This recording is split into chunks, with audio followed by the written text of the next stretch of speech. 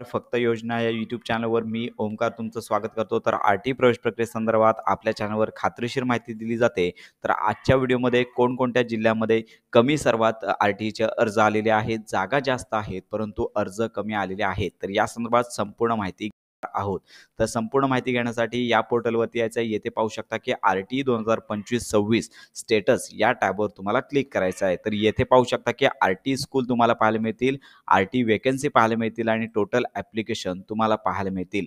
तर याच्यामध्ये तुमच्या जिल्ह्यामध्ये किती आर-टीच्या जागा आहेत आणि किती अर्ज आलेले आहेत हे तुम्ही पाहू शकता. तर याच्यामध्ये सगळ्यात महत्त्वाची बाब म्हणजेच आम्ही पाहिलेल्या माहितीनुसार यामध्ये पाहू शकता की पहिला जो जिल्हा आहे तर यामध्ये पाहू शकता की सगळ्यात महत्त्वाचा जिल्हा आहे तो पालघर. तर पालघर येथे आर-टी वेकन्सी 5142 आहेत.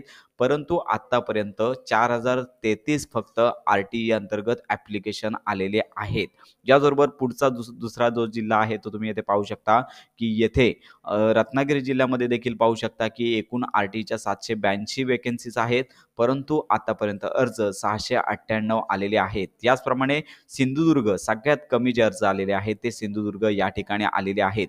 एकूण 268 जागा आहेत आणि 92 फक्त अर्ज आलेले आहेत. तर अशा प्रकारे आपण हे जे जिल्हे घेतले तर याच्या ठिकाणी अर्ज कमी आणि जागा जास्त आहेत. तर अशा प्रकारे तुम्ही तुमच्या जिल्ह्यानुसार आर-टीच्या जागा किती आहेत आणि त्यानंतर एकूण किती अर्ज आलेले आहेत तर ही माहिती चेक करू शकता. तर सगळ्यात महत्त्वाचा प्रश्न की तुम्हाला तुमच्या प्रत्येक शाळानुसार म्हणजे तुम्ही ज्या शाळा निवडलेल्या आहेत त्या शाळानुसार किती अर्ज आलेले आहेत हे मात्र तुम्हाला या पोर्टलवरती चेक करता येणार नाही. तर अशा प्रकारे ही महत्त्वाची माहिती इतरांपर्यंत नक्की शेअर करा. तर अशा प्रकारे आर-टी प्रवेश प्रक्रियेसंदर्भात खात्रीशीर अपडेट्स करता आपल्या फक्त योजना या यूट्यूब चॅनलच्या कनेक्टमध्ये राहा.